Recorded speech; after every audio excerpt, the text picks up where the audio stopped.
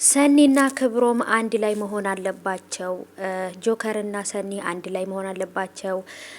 ሰኒ ከሞተች ድራማውን አላይም። የእውነት ሰኒ ከሞተች በጣም ነው የሚደብረኝ። በጣም ትናንት በለቀኩት ቪዲዮ ላይም ኮሜንት እያስቀምጣችሁ ነበር ማለት ነው ውዶቼ። ጭንቀታችሁን በቃ በተለይ በደንብ ማሰባችሁ መጨነቃችሁ ነው በሰኒ ላይ የተረዳሁት።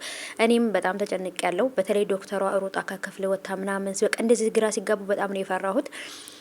ሙታ ይሁን ወይንስ ደግሞ ከባድ ችግር ውስጥ ሆና ይሁን አናቅም። መሞት ግን የለባትም። ምክንያቱም ሰኒ ከዚህ ሁሉ ፈተና ወጥታ በምን ምክንያት እንደዚህ እንደሆነች ኪራም አውቆ ሁሉም ነገር ሰው ማወቅ አለበት እንጂ በደፈናው እንደዚህ መሞት የሚባል ነገር የለም። ከሞተች እኔ ራሴ እውነት ድራማውን የማየው አይመስለኝም። ሰላም ውድ የተከበራችሁ የቻናሌ ተከታታዮች እንዴት ናችሁልኝ? ከኔ ጋር ሁሉ ሰላም ነው። ሰላማችሁ ይብዛልኝ ባላችሁበት ውድ ቤተሰቦቼ። ለዚህ ቻናል አዲስ ከሆናችሁ እንደተለመደው ሰብስክራይብ አድርጉ። በቅርብ 19000 ሰብስክራይብ እንገባለን።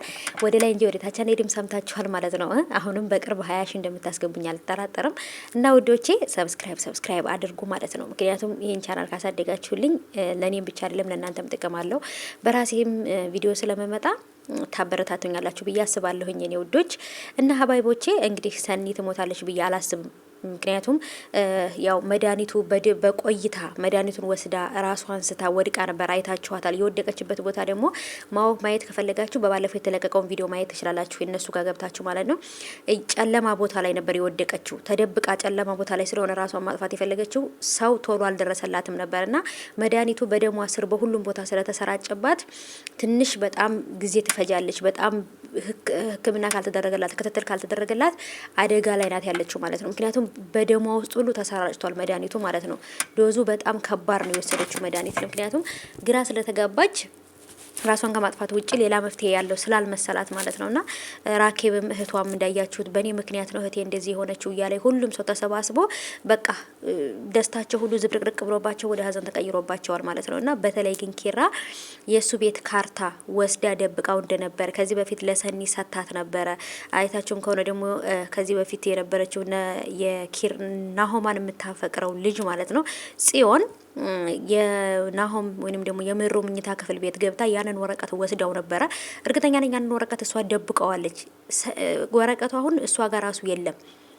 ምህሩ ጋር ራሱ ወረቀቱ ያለ አይመስለኝም ማለት ነውና የቤት ካርታ እንደሆነ ያውቃሉ። ግን ያንን የቤት ካርታ የወሰደችው ጽዮን ነበረችና ይሄ ሁሉ ነገር የሆነው በዚህ በቤት ካርታ እንደሆነ እኔም ሳስበው፣ ግን በተለይ ያው ይሄ ሁሉ የተፈጠረው በቤት ካርታው ምክንያት ቢሆንም ግን አሁን ላይ ያሉበት ደረጃ የደረሱት ደግሞ ስዊድ ሞቷል ብለው ስላሰቡ ነው። ስዊድ ግን አልሞተም። ስዊድ በህይወት አለ። ግን እነሱን መበቀል ህይወታቸውን የቁም ሲኦል ሊያረግባቸው ስለፈለገ ነው እንደዚህ እያረጋቸው ያለው። እውነትም እንደፈለገው አድርጓል ማለት ይቻላል። ምክንያቱም አሁን ላይ ጆከርም ሆነ ሰኒ ህይወታቸው ሲኦል ውስጥ ነው ማለት ነው። ጆከር አሁን ሰኒ ያለችበት ሁኔታ ገብቶ ማየት አልቻለም፣ አልሄደም ነበር። ምክንያቱም ባንተ ምክንያት ነው ብላ እህቴቱ ትንትልብኛለች ብሎ ስለፈራ ወደዛ አልሄድም። ራኬብም እህቴን ማዳን አለባችሁ እያለች ዶክተሮቹን እየተማጸነቻቸው ነው። ትድናለች ብዬ ተስፋ አደርጋለሁ። ቤተሰብ መሞት የለባትም እና ደግሞ ጆከርና ሰኒ አንድ ላይ መሆን አለባቸው። እዛ ጋር ደግሞ ክብሮምና ሰኒ አንድ ላይ ይሆኑ እያላችሁ ነው። እስቲ እንግዲህ ሰኒ የምትመርጠውን ሰው ትመርጣለች። ዋናው በሰላም በህይወት ትኑር እንጂ የምትፈልገውን ሰው ትመርጣለች እሷ ማለት ነው።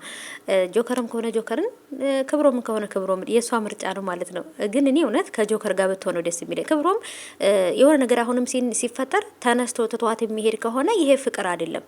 ተቻችለው በሁሉም ነገር ላይ አብሮ ካልሆነ ይከብዳል። እና ጆከር ግን ለሷ ብሎ ብዙ ፈተና ውስጥ ገብቷል። ስለዚህ ለሷ የሚገባት ጆከር ነው እንደኔ ሀሳብ ማለት ነው። እናንተም እንግዲህ ሀሳባችሁን አስቀምጣችኋል። ምን እንደሚፈጠር እናያለን። እስቲ ዛሬ በተለመደው ሰዓት ይለቀቃል። በጉጉት እንጠብቃለን። ይሄንን ቻናል ሰብስክራይብ አድርጉ። እስከዛው ድረስ